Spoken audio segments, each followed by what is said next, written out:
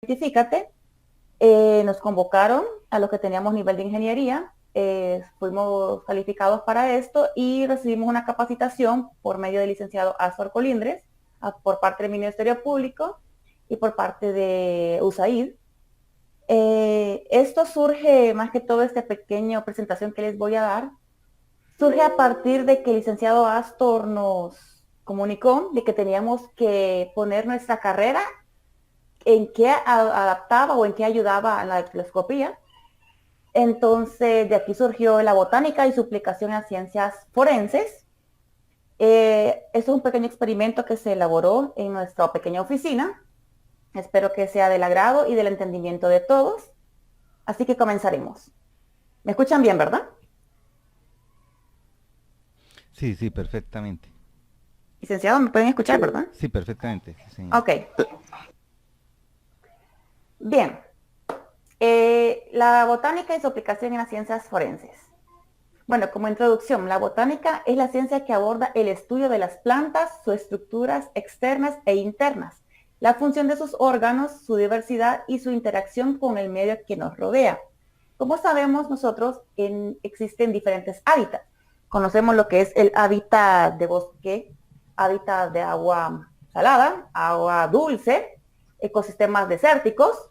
Todo eso nos respalda lo que es la función de las plantas con diferentes estructuras y el hábitat que los representa. Las plantas, como sabemos, podemos entender que tienen un estudio para identificar los problemas criminales y elaborar hipótesis para una investigación de hechos delictivos. Los objetivos es determinar cómo la botánica forense apoya en la investigación del crimen,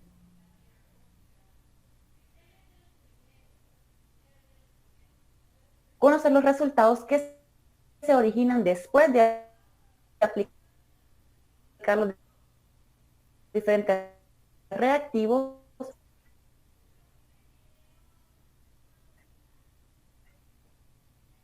para poder encontrar huellas latentes. Determinar en base a muestras o no para poder encontrar huellas. La botánica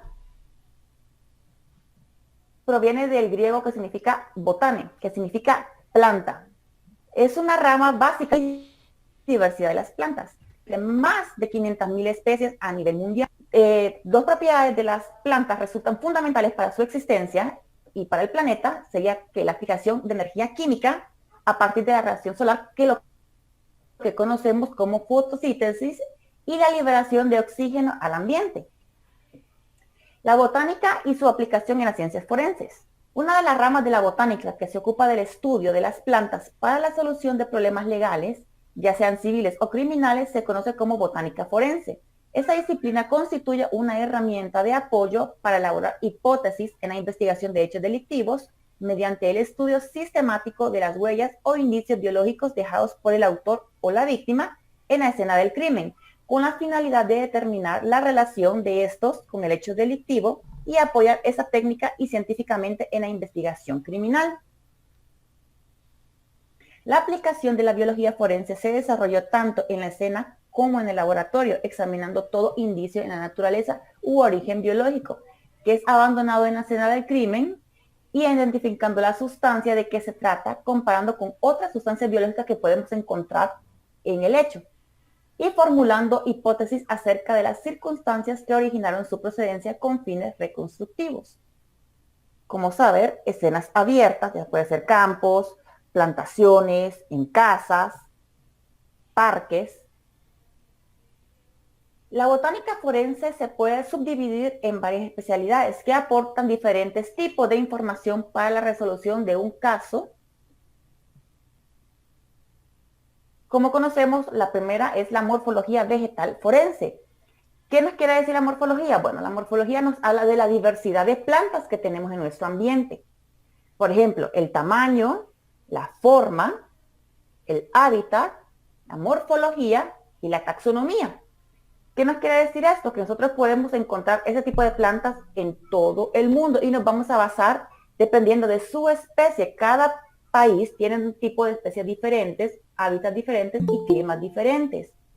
¿Cómo lo podemos encontrar? En las estructuras, las hojas, las raíces, las frutas, las semillas, y en diferentes estaciones del año también las podemos encontrar. Los restos vegetales se pueden estar adheridos al cuerpo, a las prendas o al calzado y pueden formar parte en los restos estomacales o fecales a partir de muestras botánicas que constituyen evidencias físicas de un hecho delictivo, y es posible lograr la identificación de una planta y su procedencia. También podemos determinar si una persona la envenenaron por medio de una planta, o también la podemos encontrar dentro del estómago, en las heces fecales, por intoxicación. De pronto todos tenemos en nuestras casas plantas ornamentales, pero no nos damos cuenta que pueden ser plantas venenosas si las llegamos a consumir. Incluso hasta para las mascotas pueden llegar a ser tóxicas. Los órganos vegetales más numerosos y evidentes en la naturaleza son las hojas. Estos son órganos que se caracterizan por su forma, tamaño, color, grado de división en la lámina y venación. Los indumentos, que son los pelos o tricomas. Cada hoja entera se puede identificar por su especie vegetal a la que pertenece. Sin embargo, algunas estructuras microscópicas pueden contribuir al reconocimiento y podemos observar fragmentos milimétricos, así como por ejemplo las hojas de la inga, que más adelante la van a conocer. Se encuentran dos tipos de diferentes pelos o tricomas, que son glandulares y no glandulares, y son característicos de diferentes tipos de plantas. Aquí podemos ver los pelos o setas de las hojas, que son completamente microscópicos. No todas las hojas los podemos sentir. Podemos, por ejemplo, la hoja del maíz, como si la han tocado, es completamente con muchos pelos. Bueno, se llaman pelos o setas. O una hoja de guayaba, que no le podemos sentir ningún pelo.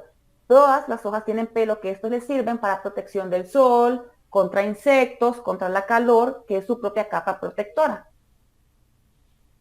Aquí como podemos ver por el microscopio, hay dos tipos de diferentes pelos o tricomas de la inga, que los pelos están sobre la nervadura. La nervadura es la raya central de una hoja, y lo de los márgenes, que sería la superficie de la lámina.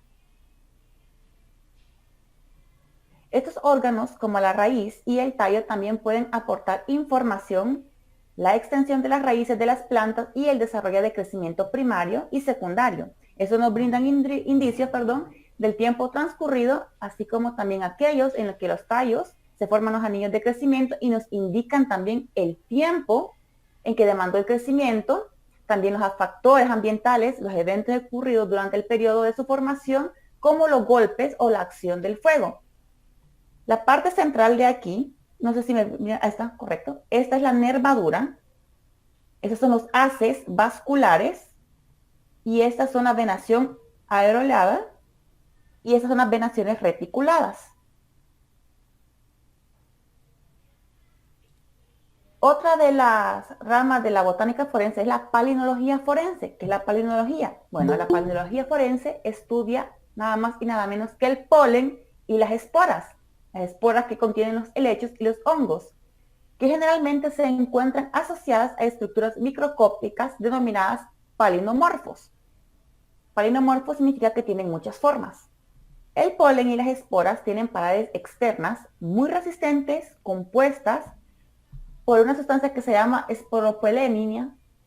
Es una biomolécula altamente resistente que puede sobrevivir a los sedimentos geológicos durante cientos y miles de años y conservar su morfología. Es decir, que el polen puede pasar años, circunstancias atmosféricas o cualquier tipo de circunstancia, y el polen nunca va a perder su estructura ni su composición. Lo podemos encontrar en cualquier resto, ya sea zapatos, ropa, rocas, animales, y siempre van a tener su forma. Incluso esta es una de las ciencias más avanzadas que tiene la botánica, porque de ahí se puede determinar muchos hechos de dónde es proveniente una hoja, de dónde es proveniente una flor.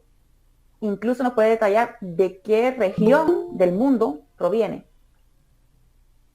La morfología del polen y las esporas nos indica no solo la especie de la que proviene, sino también el ambiente geográfico donde crecen las plantas y hasta la edad de casos donde el polen puede llegar a ser fósil.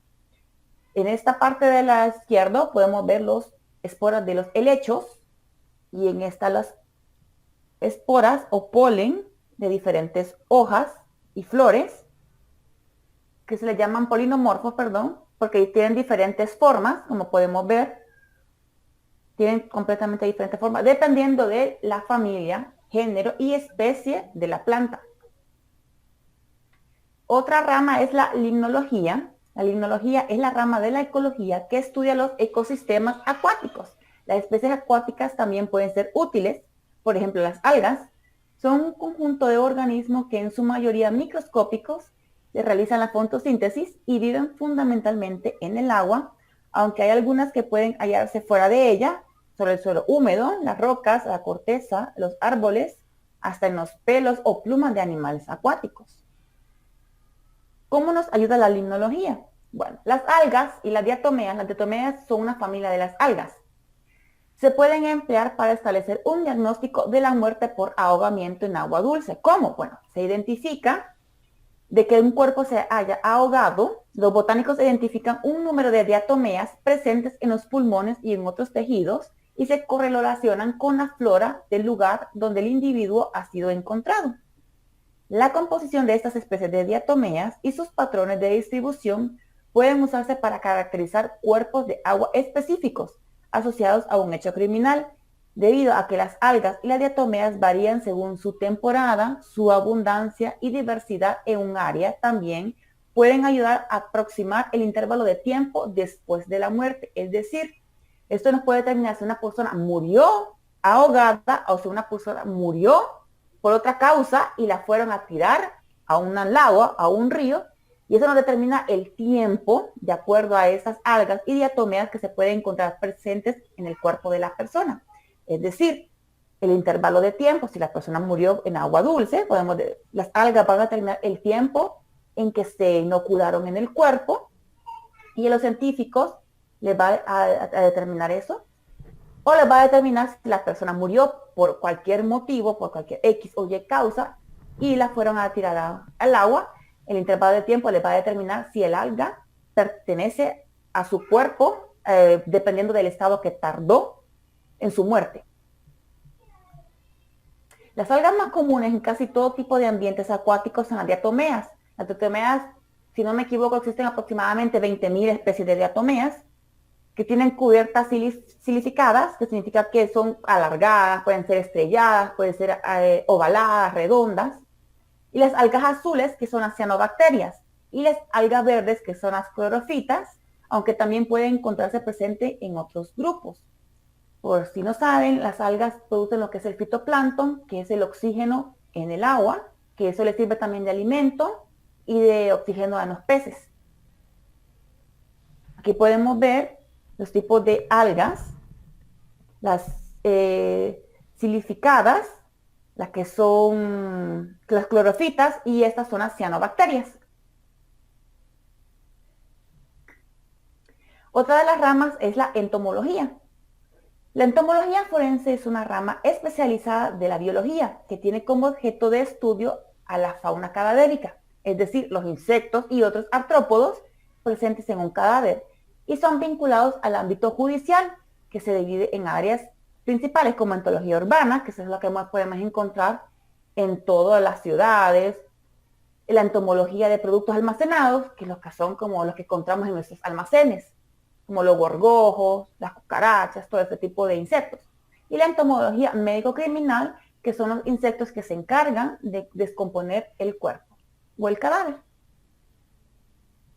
Como estos tenemos los insectos carroñeros. La entomofauna significa el hábitat de los insectos. La entomofauna que coloniza un cadáver puede ser colectada e identificada de acuerdo al tiempo de su llegada durante la degradación cadavérica. Por ejemplo, los dípteros, que son las moscas, los coleópteros, los escarabajos, y los himenópteros, que son las abejas y las hormigas. Son los órdenes de insectos más importantes en el proceso de descomposición de un cadáver. Se reconoce 4 tipos de relaciones en la comunidad carroñera. Los necrófagos, que son organismos que consumen los tejidos en descomposición del cadáver, constituidos por larvas de moscas de la familia de la Chlorophyllae y de la familia de la Sarcópide. Adultos coleópteros de la familia de la Sylphidae y de la familia de la Dermastide. Principalmente estas familias de necrófagos Ellos les sirven como sustrato y ovoposición. ¿Qué es ovoposición? Es cuando los adultos ponen sus huevos y les sirve también como fuente de alimento a los estados inmaduros, o sea, las larvas. Los necrófilos son predadores y parasitoides, es decir, ellos son predadores de la carne del cuerpo y también son parasitoides de los necrófagos, que son representados por coleópteros de la familia de los clérides, familia de los histérides y algunas familias de los himenópteros, como parasitan las larvas o las pupas de las moscas. Los omnívoros, ya sabemos que los omnívoros son los que comen todo tipo de carne, incluso también se pueden llegar a consumir los necrófilos y los necrófagos.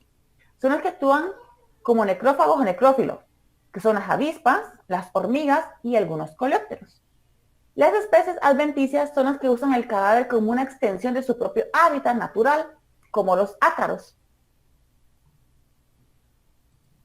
Estos son los necrófagos, que son familia de las sarcófides, que son las moscas, las sílfides, los dermástides, que son un tipo de escarabajo, los clérides, los histérides y los himenópteros.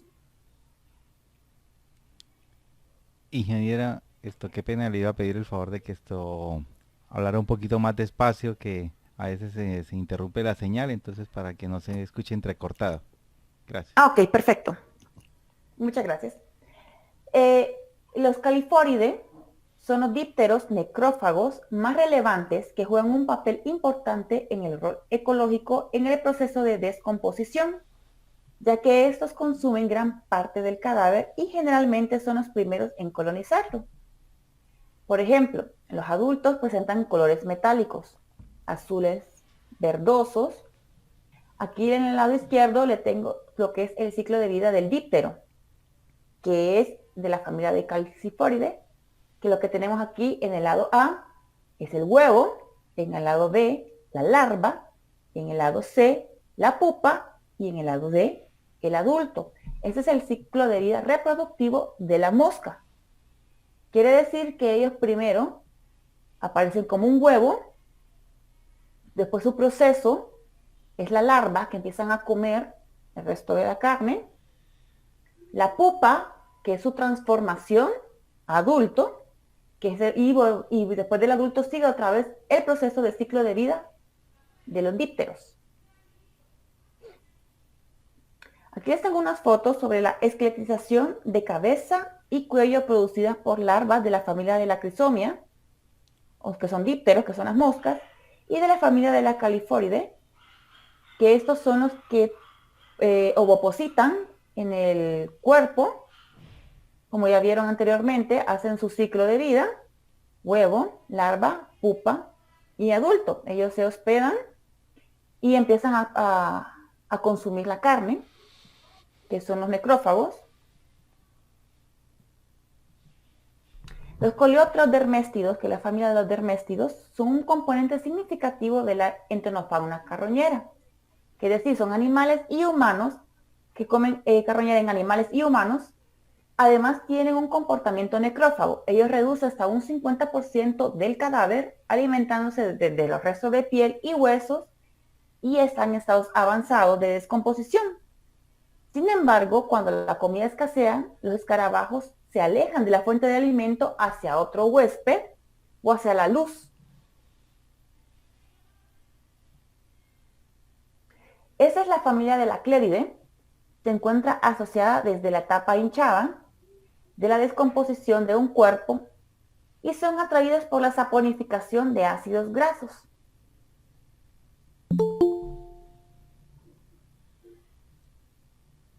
Les hablaré un poco de los casos de la botánica forense que se encontraron alrededor del mundo.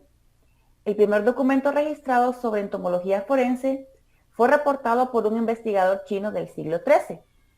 Se describe como el caso de una persona apuñalada en un campo de arroz. El día después de la muerte, el investigador llamó a todos los trabajadores y se les ordenó colocar sus herramientas de trabajo en el suelo. Las trazas invisibles de sangre atrajeron a las moscas hacia una de las herramientas y al ser confrontado el dueño de la herramienta confesó su crimen. Eso significa, bueno, en conclusión, de que las moscas fueron atraídas por el olor de la sangre que se encontraba en una de las herramientas de uno de los trabajadores, y por medio de eso el investigador pudo determinar de que él había cometido el crimen. Obviamente se realizó otro proceso que es la investigación, y así fue como se determinó este caso. Otro caso también fue el primer caso documentado de la palinología, que es el que estudia el polen.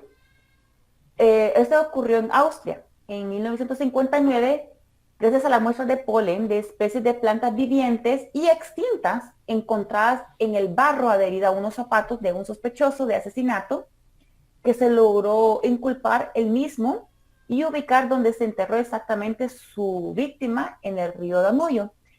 Según lo que yo leí en esta investigación, se encontró, creo que aproximadamente como 5 años después, el cuerpo de la víctima. Se logró encontrar el cuerpo de la víctima a través del polen encontrado en la ropa que quedó de la víctima, y como sospechoso ya habían encontrado varias personas. Entre uno de ellos estaba el criminal, que le tomaron huellas de de lo que le habían encontrado, y así determinaron, juntando las pruebas, de que él había sido el asesino de esta. Fue una mujer, por cierto, y le encontraron tirada, enterrada en el río Danubio. Otro caso de palinología que se muestra fueron las de polen, que sirvieron para determinar el tipo de muerte de las víctimas, la culpabilidad de un sospechoso de asalto y violación a una prostituta en Nueva Zelanda, que fue determinada gracias a una rara combinación de polen de la familia de la Cropsposma sp. Cropsposma sp, bueno, sp significa que hay más especies de esta familia. Por medio también de las esporas de un hongo, es decir, que se encontraron varias esporas de esta familia de la Cropsposma y esporas de un hongo, y así se detectó en los pantalones del sospechoso y en la escena del crimen. Como podemos ver, y les comenté antes, el polen pueden pasar miles de años, el polen no pierde su estructura ni su forma, y de esta forma se puede encontrar el resto de polen, ya sea en animales, en el suelo, en rocas, en árboles, en prendas, en cuerpo de las personas, y con eso se determinó la muerte de esta persona. Así vemos cómo la botánica puede aportar información a la dactiloscopía, y cómo podemos nosotros encontrar muestras y pruebas o indicios para encontrar la culpabilidad o la inocencia de una persona. Otro caso que se conoce en Estados Unidos, que fue por medio de un botánico también, fue una evidencia, fue un caso muy famoso en Estados Unidos, ya que este proviene del primer aviador de Estados Unidos y su esposa, que fue la primera piloto mujer en tener un certificado en aviación. Fue un caso muy famoso. Se habla sobre el crimen del hijo de Charles y Allen Morrow, que fue en 1935. La evidencia que finalmente permitió incriminar al principal sospechoso de este crimen fue una escalera de madera dejada en la casa de los Lingenberg. Un experto en anatomía de madera, Arthur Kohler, logró identificar 4 especies de árboles maderables usados en la construcción de la escalera, y detectó una correspondencia exacta entre las marcas presentes de la madera encontrada y de la escalera encontrada en la casa de los Lingenberg y la madera encontrada en la casa del sospechoso. De esta forma, este científico logró identificar estas 4 especies de madera, y así fue como se dio el testimonio del botánico y generó un importante precedente en la admisión de la evidencia en Estados Unidos de Norteamérica. Según lo que yo leí, el niño no murió porque esta persona lo mató. Simplemente fue que él bajó de la escalera con el niño y el niño lo dejó caer accidentalmente y el niño murió. Lo que él quería solo era cobrar un dinero por el rescate.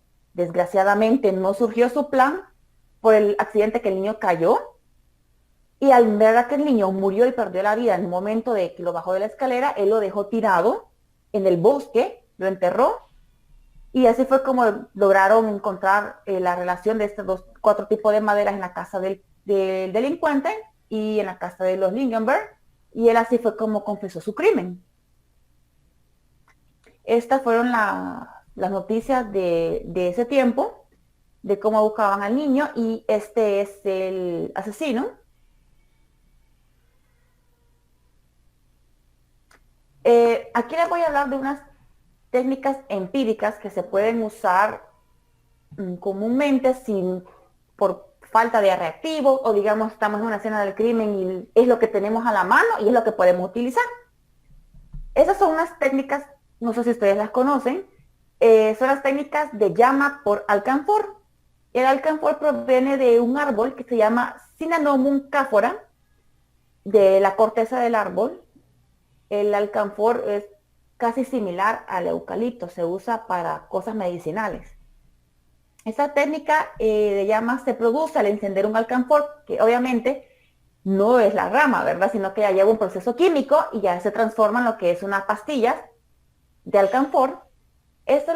Lo que se utiliza es la técnica de la llama, que es encender la pastilla de alcanfor, lo que produce un humo negro.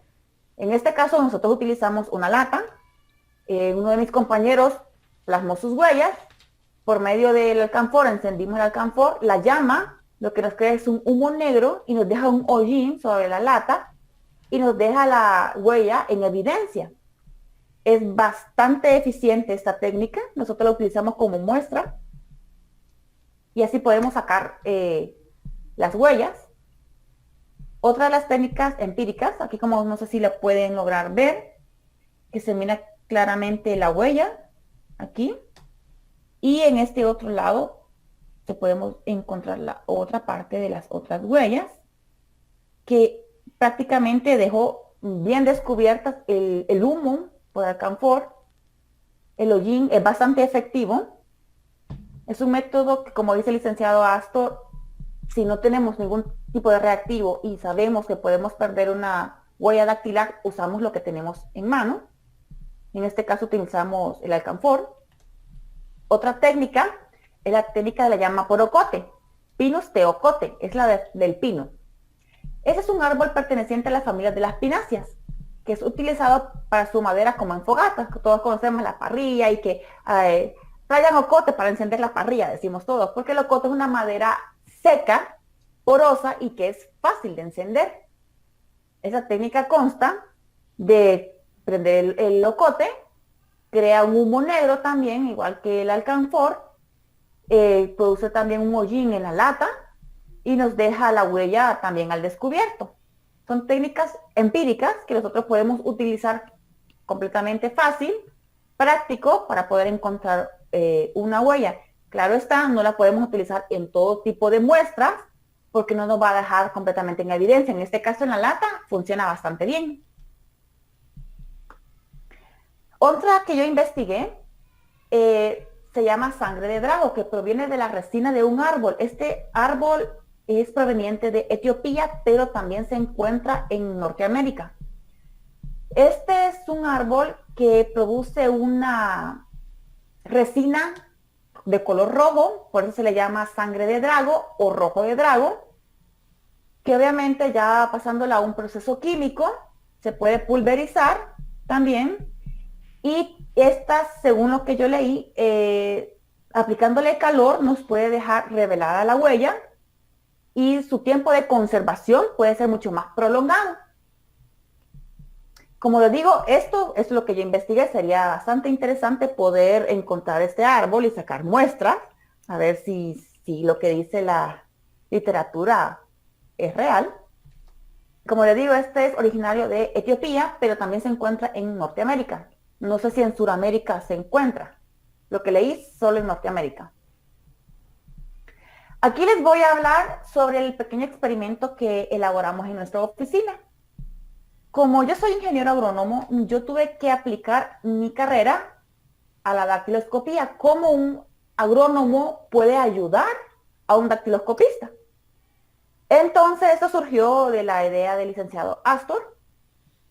Entonces, yo me basé principalmente en hojas que yo tengo en mi hábitat, cerca de mi zona, de donde yo vivo, no necesariamente tiene que ser estas hojas, pueden ser variedad de las hojas que ustedes puedan identificar, de que ustedes tengan en su ambiente, de que ustedes tengan en su país.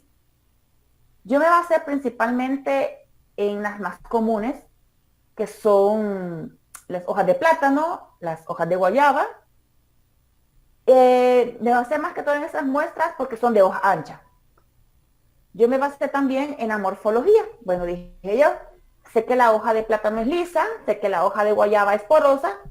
Voy a sacar una comparación si entre estas dos yo puedo o no encontrar huellas. Realizamos un experimento, claro que nos basamos, como les digo, en el tipo de hojas y también tenemos que ver la taxonomía. ¿Cuál es la taxonomía? Orden, género, especie, subespecie de las hojas.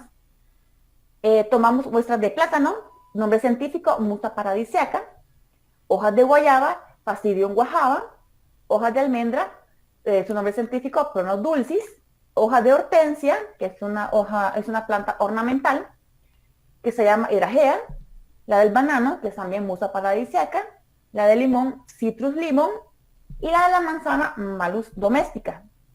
Como no teníamos mucho tiempo, nuestra capacitación fueron de 20 días, solo tuve una semana para poder, sí, como una semana para poder realizar este pequeño experimento.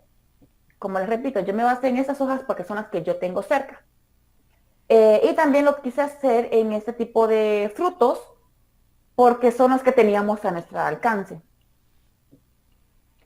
Como clasificación taxonómica de mis hojas patrones, la hoja de plátano pertenece a la familia de las musáceas. Las características de estas familias son hojas lisas, son grandes y pueden llegar a medir hasta 3 metros. Su hábitat se adapta a todo tipo de clima. La hoja de la guayaba pertenece a la familia de la Myrtaceae. Son hojas oblongas o elípticas y son reticuladas. Se pueden encontrar en zonas tropicales. La hoja de almendra pertenece a la familia de la Combretaceae, que son ovoides, son verde oscuro y son de un corizo brillante y se encuentran en zonas tropicales. Las hojas de las hortensias son de la familia de la Hydrangea, son opuestas, son ovales, son dentadas y son ásperas. Y estas solo se encuentran en climas templados. La manzana pertenece a la familia de la rosácea. Son un pomo globoso, liso y brillante. Pomo significa el tipo de forma de la fruta. Y estas pertenecen a un clima frío. El limón pertenece a la familia de la rutácea, que es un fruto ovalado y poroso y se adapta a todo tipo de clima. El banano es de la familia de la musácea. Es una falsa baya, es lisa y se adapta a todo tipo de clima. Yo saqué lo que es la familia de la clasificación taxonómica para que nosotros podamos entender de que probablemente de toda la familia nosotros podamos encontrar otras especies que sí sean aptas también para poder o no encontrar huellas dactilares. Y les puse el hábitat porque eso nos determina si en todo tipo de hábitat, ya puede ser bosque templado, bosques fríos, y recordemos que también los tipos de hábitat tienen mucho que ver con la temperatura, la altitud, la latitud, tipo de suelo, tipo de relieve, todo eso también nos va a determinar nuestras especies.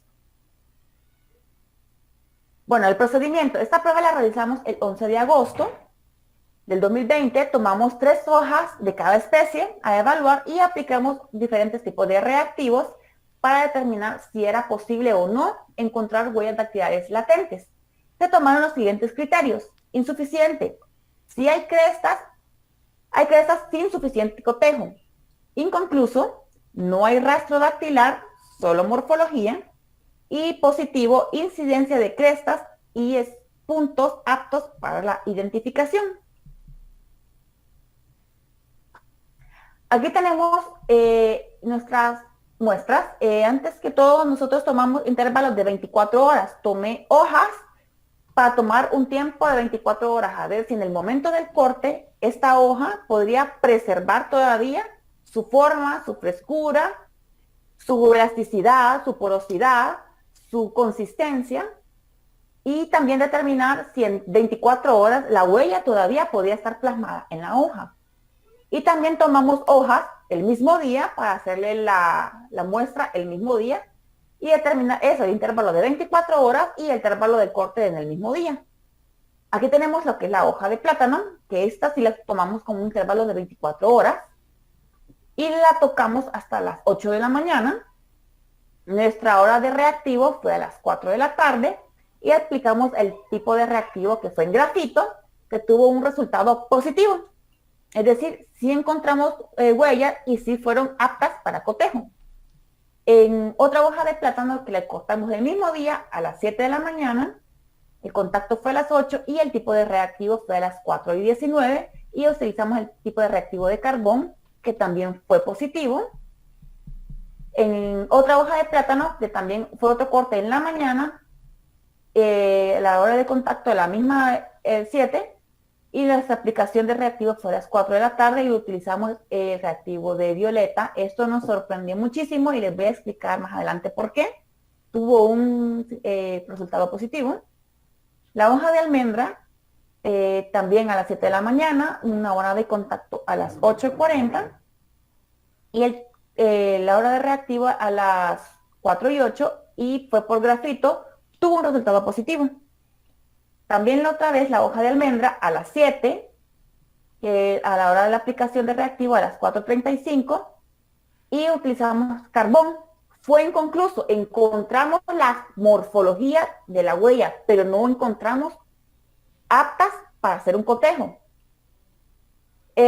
También otra hoja de almendra utilizamos el otro reactivo que es carbón, que fue inconcluso, que no encontramos ningún tipo de evidencia.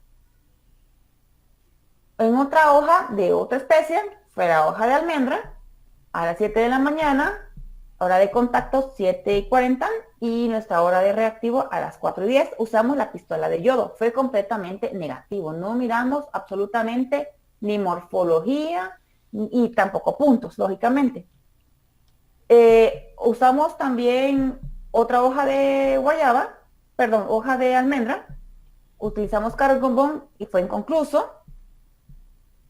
En la hoja de almendras pensábamos que íbamos a tener un mejor resultado porque también es una hoja de aspecto liso, es brillante, pero sin duda no obtuvimos los resultados que nosotros esperábamos tener. Tomamos también otro tipo de variedad, que es la hoja de guayaba, como les mencioné antes, es una hoja porosa. Esta ya sabía que no se íbamos a encontrar huellas, pero igual queríamos tomar muestras. En la hoja de guayaba también intervalo de 24 horas, una a las 7 de la mañana, hora de contacto a las 8 y la hora de reactivo a las 4:15. Utilizamos en las hojas de guayaba lo que es carbón, grafito y pistola de yodo. No tuvimos ningún resultado.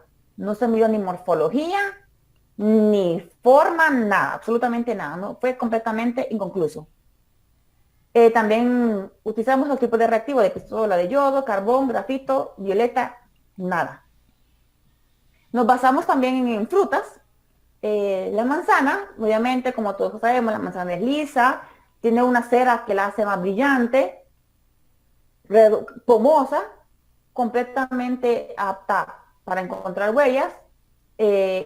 La tomamos a las 10 de la mañana. Nuestra hora de contacto fue a la misma 10:40 y nuestra hora de reactivo fue a las 4. Utilizamos lo que es el grafito y fue completamente positivo. Solo utilizamos una manzana porque en ese momento el licenciado Astor la llevó y nos pareció hacer la muestra en guayaba, en manzana, entonces por eso solo tomamos una muestra. En banano también, porque el licenciado Astor ese día llevó un cóctel de frutas, entonces decidimos hacer el experimento de hacerlo en este tipo de hojas, entonces en este tipo de frutos, perdón. Entonces por eso fue que solo tenemos una muestra de banano y una muestra de manzana y también una muestra de limón, que esto fue que nos regalaron ahí en la oficina, limón. Entonces por esto fue que pudimos tomar esta huella. La de limón sí fue en base a 24 horas. El licenciado me recomendó utilizar la pistola de yodo, que fue insuficiente, no tuvimos ningún tipo de morfología, fue imposible identificar la huella. Y esto nos basamos también porque es un fruto poroso, aparte de no químico, sino que de la sustancia que emite el limón, que también por eso creemos que sus glándulas no nos permitió encontrar la huella.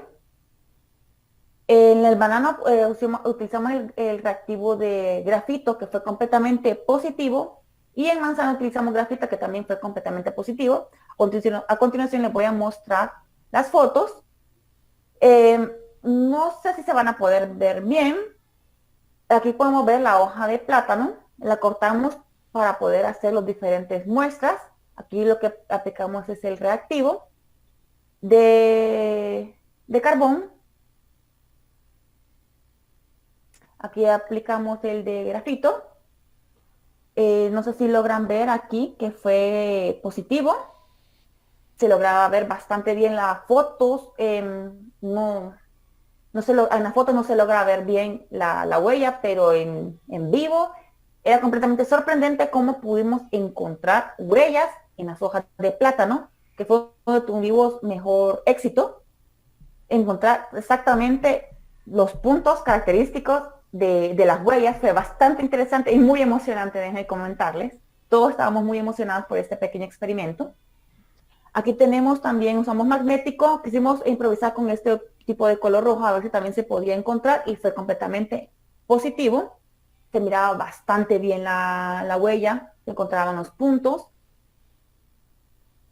Aquí tenemos también lo que es en la hoja de guayaba, que hicimos en los diferentes reactivos, en magnético, en pistola de yodo y en carbón, que no encontramos nada. Esto se debe a que la hoja de guayaba es más porosa, es más reseca, y la epidermis, pues en ese caso no nos ayuda, ya que las hojas también tienen sus diferentes tipos de epidermis. Todas las hojas son diferentes, toda su textura, sus formas. Entonces, en todos los tipos de hojas vamos a determinar nosotros si podemos o no encontrar. Como les dije anteriormente, eso nos basamos en lo que es las familias, género, orden, clasificación de todas estas hojas, porque no en todas las familias de la misma hoja podemos encontrar huellas. En este caso, en las hojas de guayaba fue completamente negativo, no se encontró ni morfología ni nada, no encontramos nada, no tuvimos éxito en la hoja de guayaba debido a su porosidad.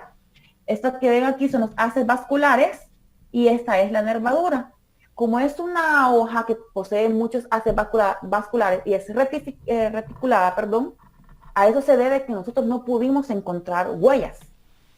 En cambio, en las hojas del plátano son completamente lisas, su nervadura, y estas se les conoce como paralelas, son tipos de hojas paralelas.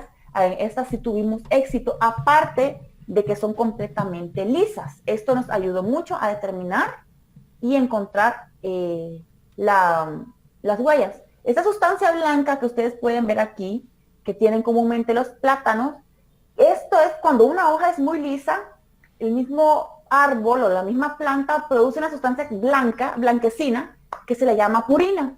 La purina sirve para protegerla del sol, para protegerla de ciertos insectos. Como es muy lisa y no tiene tantos retículos como la hoja de guayaba, es más fácil la que se pueda secar. Entonces, por eso esta hoja de plátano posee ese color como blanquecino en su embés, que es en la parte de abajo. El haz es la parte de arriba de una hoja y el embés es la parte de abajo. Esto nos sirve, la purina, para que la hoja no se pueda secar tan fácilmente, aparte de que pueda abrir sus estomas, que es por donde respira la hoja, que esto también le ayuda mucho a la planta a que su superficie sea lisa y la purina la pueda proteger. Creo que también la purina ayuda mucho a que en la hoja de plátano se puedan encontrar las huellas latentes. Volvemos a la hoja de guayaba completamente reticulada, no encontramos ningún indicio de huella. Pasamos a la hoja de almendra. Esta me pareció que como por ser una hoja también lisa, podíamos encontrar las huellas, pero no con todos los reactivos tuvimos éxito. Aquí podemos ver la hoja de almendra como es ovalada. Y les repito, la nervadura y los haces vasculares. A mi compañero, que tiene muy buena huella dactilar, nos ayudó a tocar las hojas. Aquí podemos ver, aplicando los dos tipos de reactivo, de carbón y de magnético. Aquí podemos ver que encontramos en magnético que fue positiva. Aquí sí logran ver la huella, se miraba bastante bien. Lástima que la foto pues no nos ayuda a que ustedes puedan ver los puntos característicos. También la probamos en yodo, en violeta. Y aquí la pudimos ver nada más por la luz ultravioleta. Ahí sí, porque ya por violeta era más difícil poder ver la huella, pero con la luz ultravioleta las muestras se miraba perfecta. La huella tal cual la dejaron plasmada. Aquí pudimos ver lo que es el banano, nuestra hora de contacto, y nuestra compañera aplicando el reactivo de magnético. Como aquí pueden ver, la huella se mira perfecta. Perfecta. Aquí hay una huella, aquí está la otra, y por aquí hay otra, pero esta fue la que mejor se pudo ver.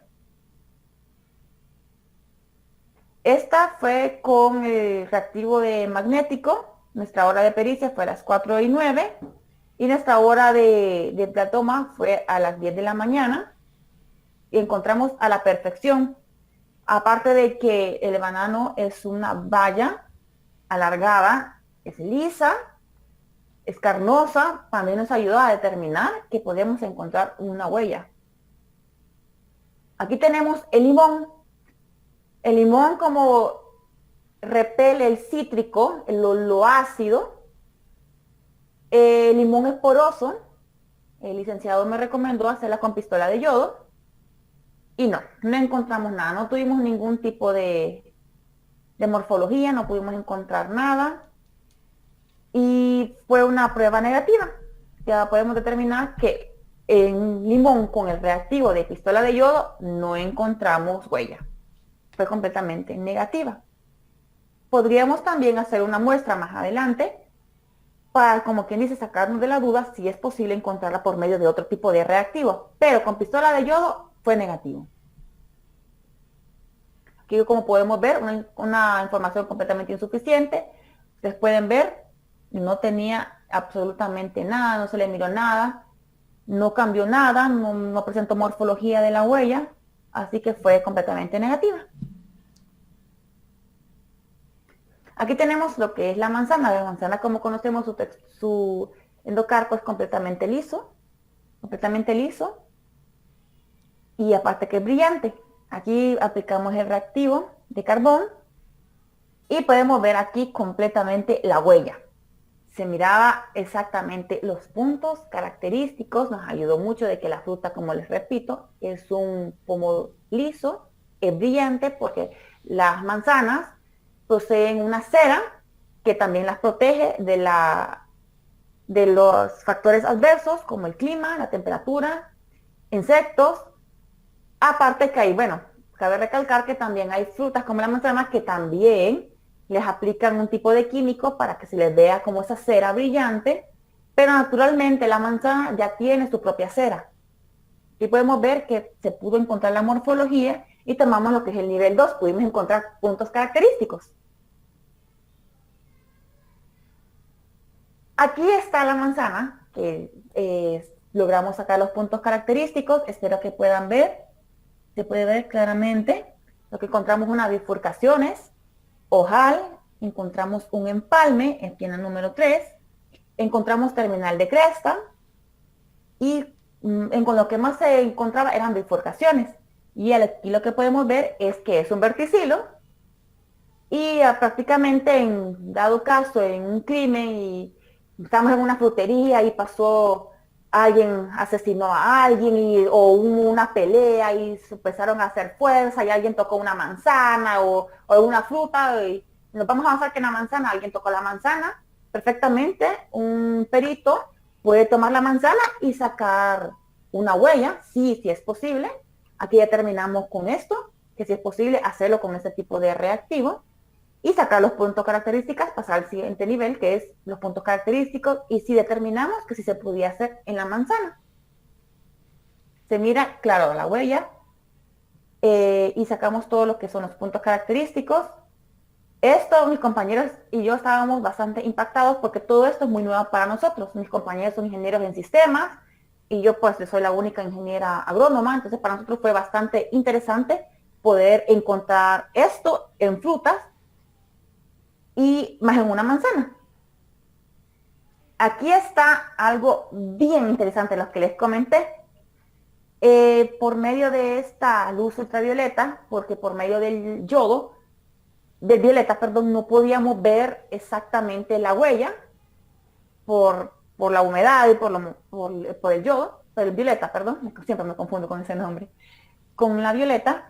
Y con la luz ultravioleta se nos hizo mucho más fácil poder encontrar la huella. Se miraban aproximadamente como 4 huellas exactamente claritas. Era increíble cómo en una hoja sí se pueden encontrar huellas. Y nos ayudamos un poco con la luz ultravioleta porque no podíamos verla por sí sola. Aquí tenemos una compañera que nos ayudó a sacar estas huellas. Y aquí está en la hoja de almendro. Esta es la hoja de almendro. La hoja de almendro, que sí se puede, que les dije que había sido positivo en todos los tipos de reactivos que encontramos. Aquí se mira claramente que es una presilla. Y aquí logré sacar 7 puntos característicos, que encontramos bifurcaciones, terminal de crestas. Se miraba completamente, bueno, se mira, mejor dicho, increíble. Se mira bastante bien. Sí es positivo encontrar huellas en este tipo de hoja. Sí se puede. Nos ayudó también que es una hoja de aspecto brillante, que es hoja ancha y que no posee muchos retículos para que nos impidan y encontrar huella, aparte que no es una porosa, sino que es lisa. Encontramos 7 puntos característicos, como ustedes pueden observar, que es una presilla bastante clara, muy interesante también. Se mira azul por la luz ultravioleta que utilizamos para poder verla, porque por sí sola pues no se podía determinar bien, pero usándolo se mira perfectamente. Bastante, todos muy, muy interesados y sorprendidos al utilizar este tipo de reactivo como el violeta.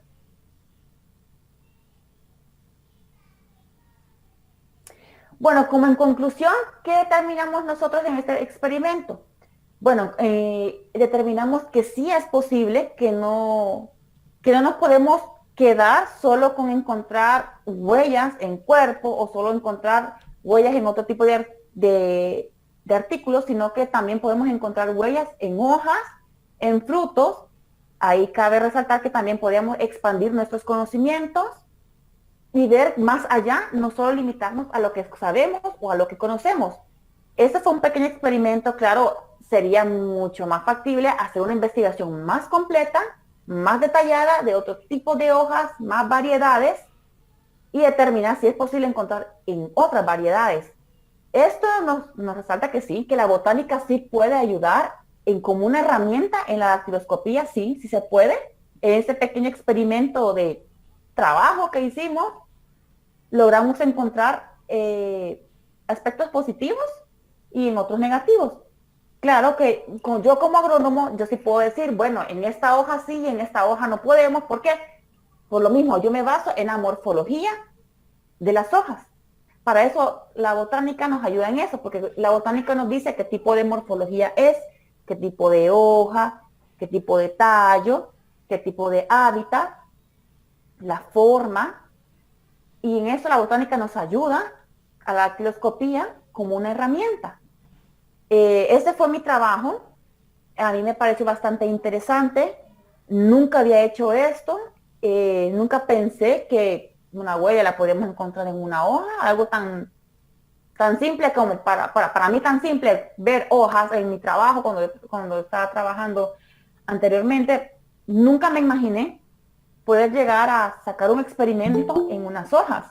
Y sí, la botánica puede ayudar a la dactiloscopía como una herramienta para poder encontrar huellas.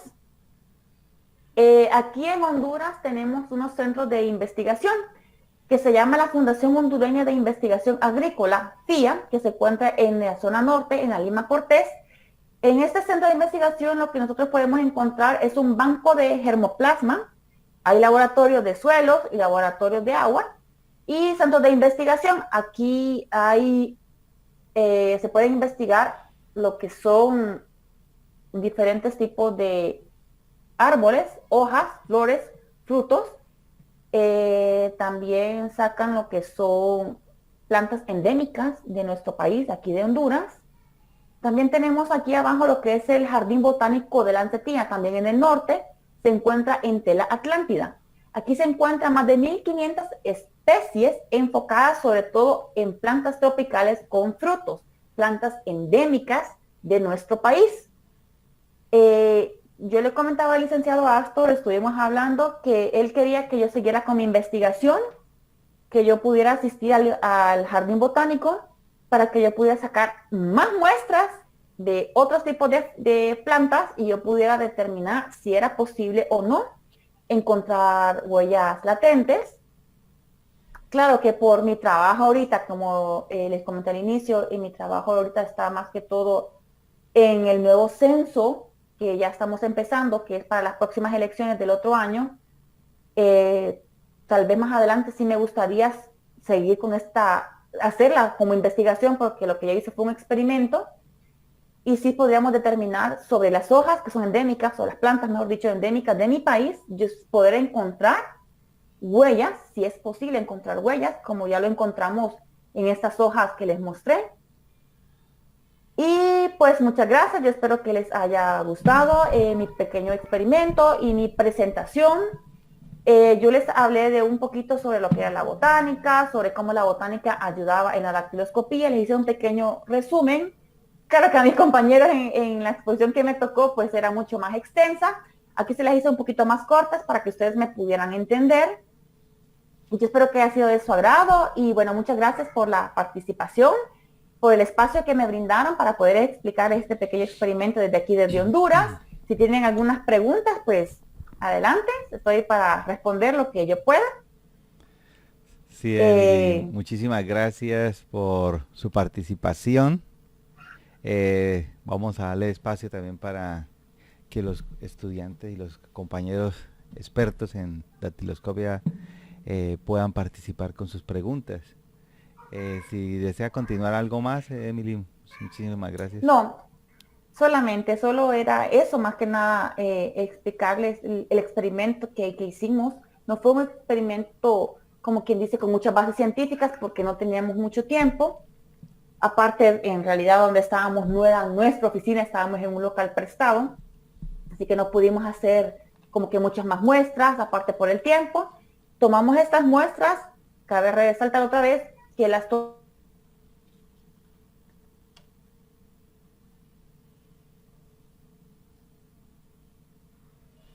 Esto se quedó sin voz, Emily. Hay que debe ser señal.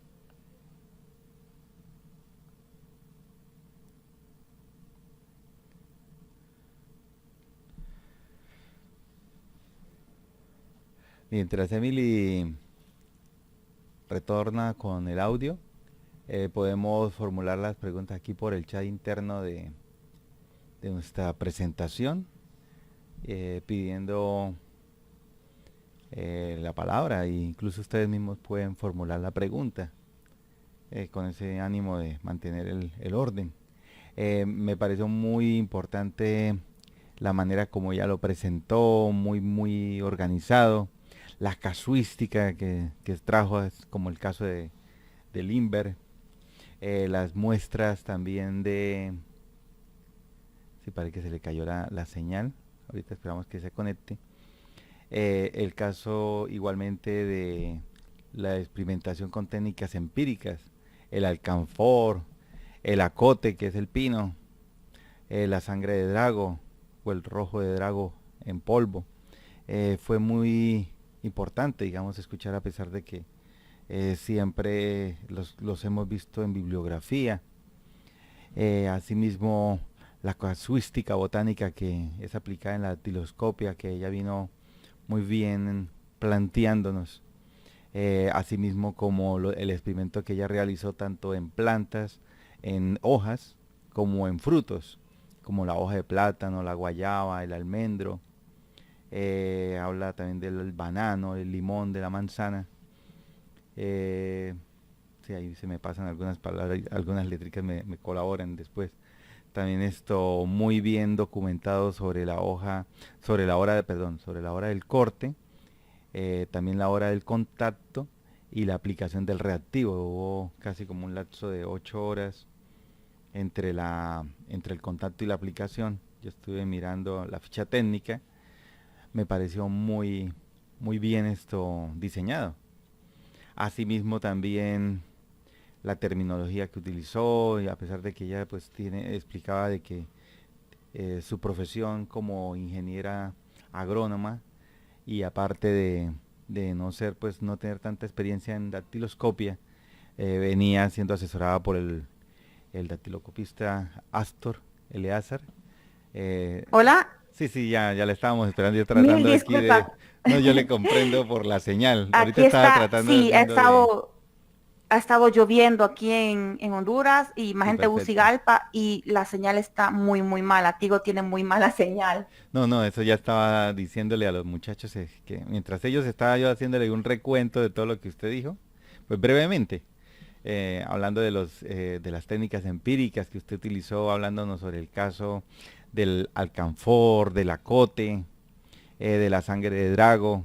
Es decir, son cosas que pues, y no, y la importancia que usted nos muestra del hecho de que incluso con el polen que permanece tanto tiempo, no sabíamos esa parte, eh, que tenía tanta duración y que incluso esto por años permitía para esclarecer un crimen, es decir, incluso digamos nosotros nos hemos a veces la misma técnica de exploración y las mismas muestras dentro del manejo del lugar de los hechos, casi se puede decir que se excluyen a llegar hasta el punto de realizar análisis de exploración con plantas y con frutos, es decir, eso es casi se puede decir que es casi como algo que no se hace, pero que se ven, ya se abre como es una luz frente a llegar a explorar frutas. Es decir, normalmente muchísimos crímenes aquí en Colombia pasan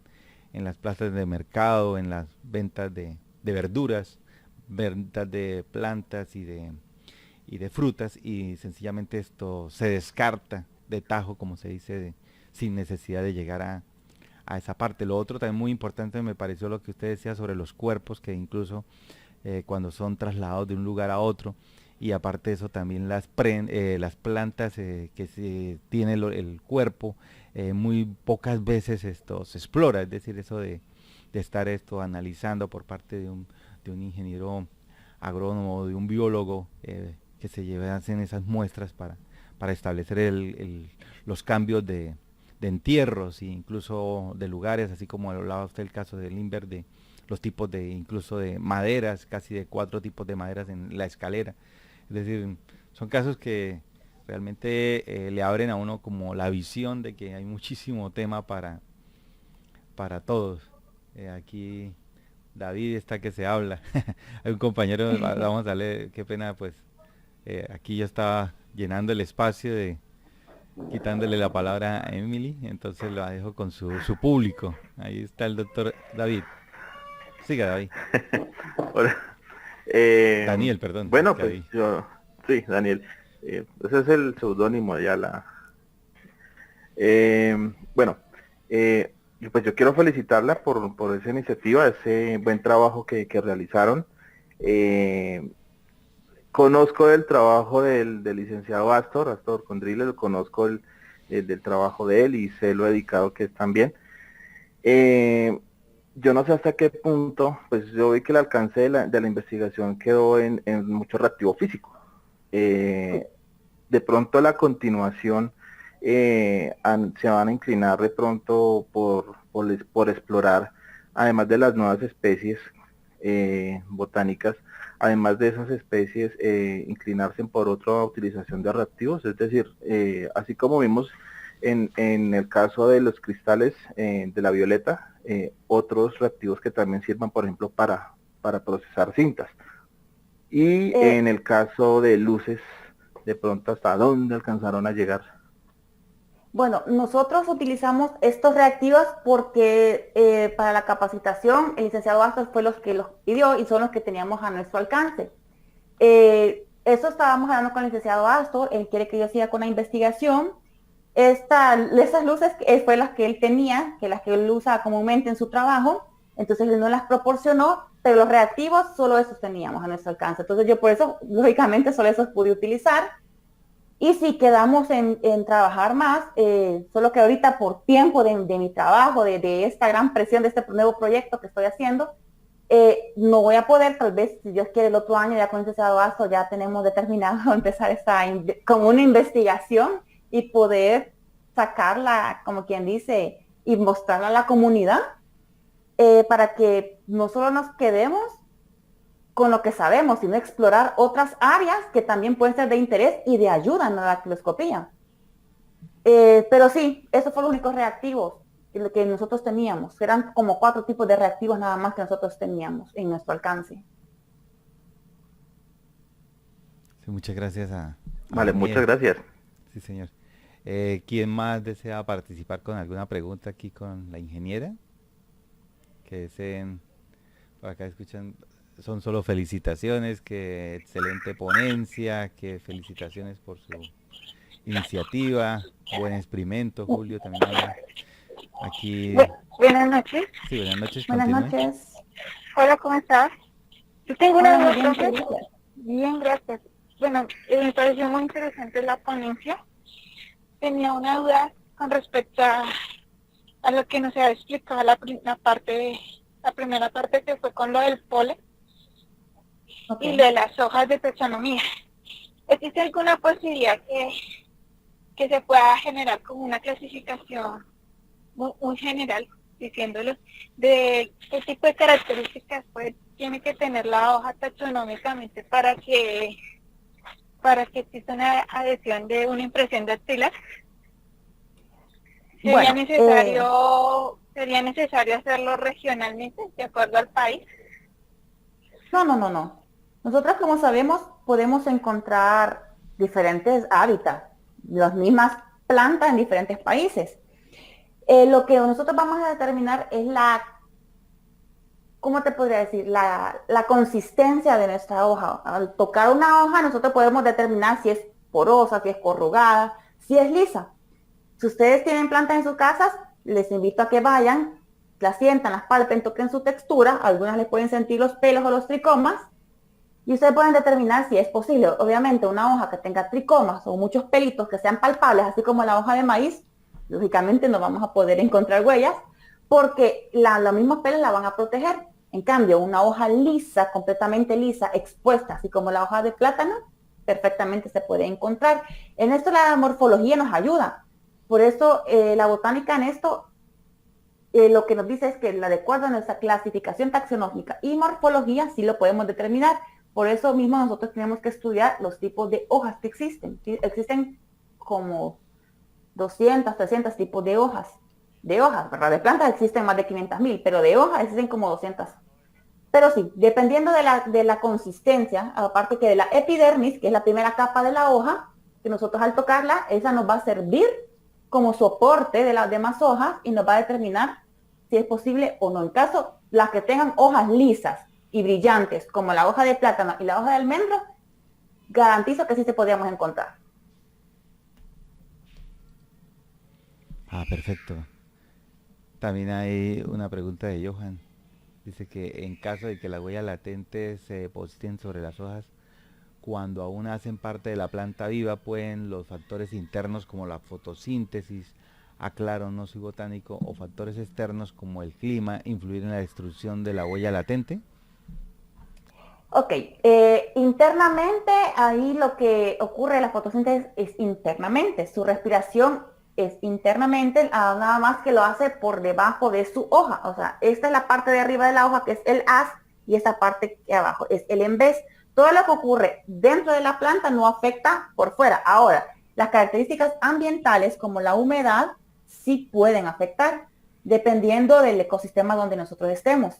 Sí pueden afectar. Recordemos que ya cuando hay humedad existen unos microorganismos que son aeróbicos y anaeróbicos. Unos se encargan de descomponer y otros se encargan de alimentarse vascularmente dentro de la planta y los otros por fuera de la planta.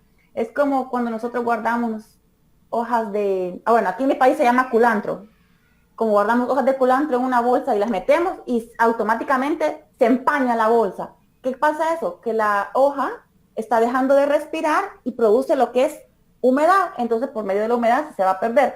Entonces, si nos basamos en una hoja que no la hemos arrancado, que está completamente en su planta, sí nos puede afectar la humedad. Recordemos que estos microorganismos pueden descomponer una hoja y alterando su morfología, su característica externa. Internamente ya tiene que ver unos procesos que se llaman el ciclo de Krebs y el ciclo de Calvin, que eso es a través del suelo, que ellos ya hacen otro proceso de fijación de nitrógeno y nutrientes a través del suelo y la absorción de dióxido de carbono y ellos respiran oxígeno. Pero dentro de la planta no tiene nada que ver. Ya externamente los factores ambientales sí. Sí podría de cierta forma cambiarnos la morfología de la huella, verse parcialmente o no verse, pero sí puede afectar físicamente. Excelente. Emily, de aquí también tenemos en el grupo Conectados personal de Puerto Rico, para que los salude. Aquí tenemos a Pedro, él dice que felicitaciones por la ponencia, impresionante lo del polen, pero para tu futuro estudio utiliza también el cianocrialato. Él recomienda pues que, sí, es exactamente que no se le ve que lo hayan empleado. Asimismo también en el de pequeñas partículas, nosotros hemos hecho análisis y estudios sobre pequeñas partículas aplicándolo en hojas y también es muy bueno. Una pregunta que yo tenía era qué ocurre, por ejemplo, con el tipo de hojas cuando ya están totalmente secas, por ejemplo, que se le haya plasmado la impresión, pero estando verde, como se dice, estando todavía como lúcida.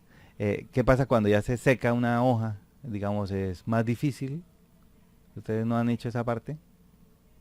Como nosotros nos basamos primero en una muestra de 24 horas, y queremos determinar si después de cortar una hoja, después de 24 horas, podíamos encontrar huellas. De 24 horas sí. Habría que hacer un estudio y cortar una hoja y dejarla tal vez una semana y ver qué tipo de huella podemos encontrar, si podemos encontrar aún una huella o parcialmente la huella. Tendríamos que hacer un estudio más avanzado de eso. Nosotros solo nos basamos en una muestra de 24 horas. En 24 horas sí es posible. En 24 horas después del corte sí es posible. Sí es posible. Y saludos a Perú, muchas gracias. No, a Puerto Rico está. Puerto Rico, perdón, Puerto Rico. También hay algunos compañeros que han escrito, pero no, creo que les da temor hablar. Está Julio Alberto Flores, que también pregunta. Buenas noches, dice Hernán Javier Carvajal de Colombia.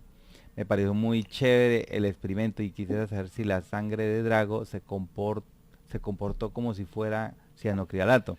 Es decir, plastificó la huella cuando le aplican el calor. Bueno, yo solo investigué esto. Esta de sangre de Drago nosotros no la tenemos aquí en Honduras, por lo menos. Aquí no pudimos encontrar eso. Eso fue una investigación que yo hice y lo encontré y me pareció bastante interesante ponerlo en la presentación. El licenciado Vaso también desconocía de la sangre de Drago y yo lo mencioné que sería bastante interesante poder encontrar este árbol o ya la sustancia ya convertida químicamente, a ver si es posible encontrar ya huellas con ese tipo de resina, pero no, nosotros no utilizamos sangre de Drago, solo utilizamos carbón, lo que es magnético, violeta y pistola de yodo. Perfecto. ¿Hay alguna pregunta que le deseen formular directamente a Emily?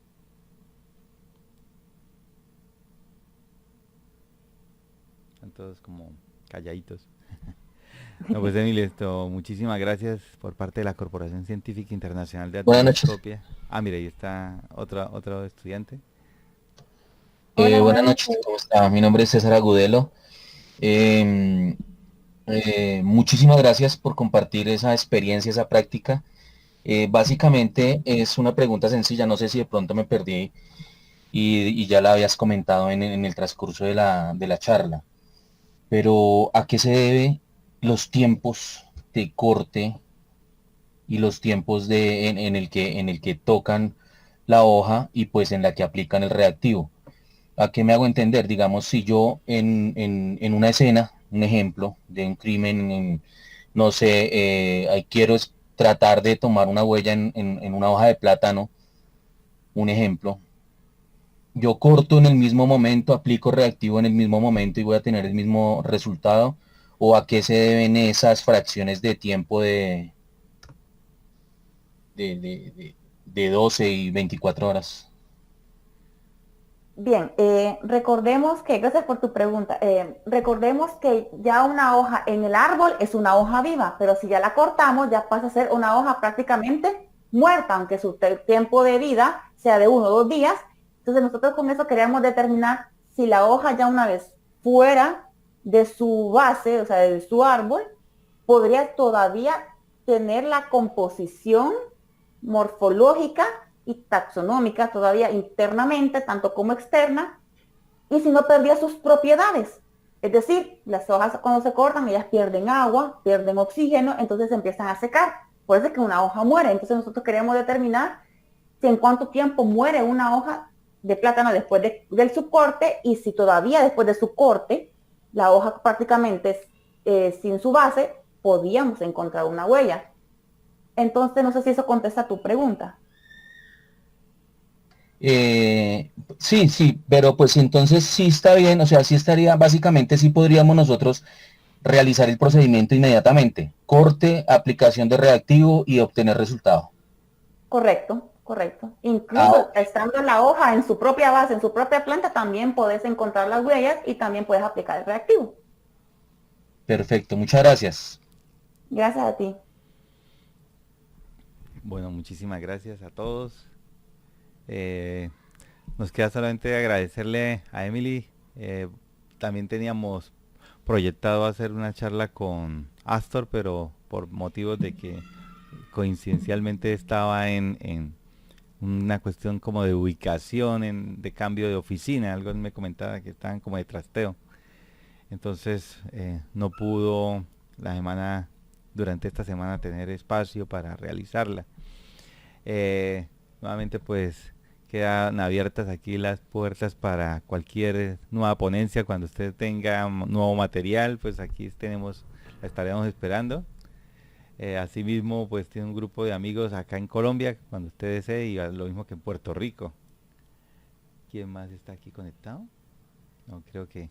Pues es que aquí pues les había dicho que escribieran, pero de todas formas ellos pueden preguntar directamente. Ya que hace usted como darnos un mensaje, darle un mensaje de despedida a los muchachos, a todos los colegas. Bueno, muchas gracias por permitirme este espacio de poder presentar mi proyecto. Bueno, yo no soy experta todavía en estos temas, apenas tengo mi primer diploma como técnico en dactiloscopía, pero seguimos avanzando. Próximamente les comento que estaré sacando un diplomado con licenciado Navas en México, estaremos sacando un diplomado.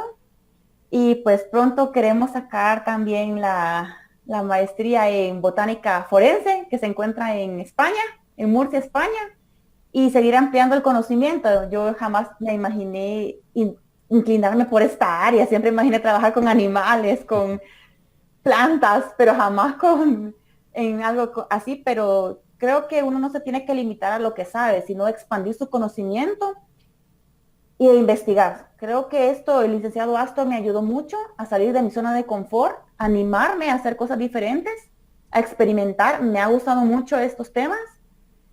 Y pues yo les quiero agradecer también por este espacio, por su tiempo. Espero que les haya gustado mi presentación y espero pues si ustedes en algún momento tienen alguna sugerencia, bueno, como me explicaron aquí, trabajar con cianocrilato será muy interesante. Hablaré con el licenciado Astos, en algún momento lo podemos hacer. Y creo que, bueno, como ingeniero agrónomo, yo les digo que no nos basemos solo en lo que sabemos. También podemos encontrar más allá de nuestros conocimientos, ampliarlos y, como hice en este pequeño experimento, si podemos encontrar huellas en plantas, si podemos encontrar huellas en frutas. Y creo que es bien interesante estos temas. En la investigación también creo que ya me está gustando mucho esto de investigar, Y espero que pues no sea el primer experimento que haga y tampoco puede presentarlo. Espero más adelante poder presentarle otro trabajo que estaríamos realizando con el licenciado Astor. Y bueno, muchísimas gracias por escucharme, muchas gracias por su tiempo y se los agradezco mucho, en serio, muchas gracias. Igualmente.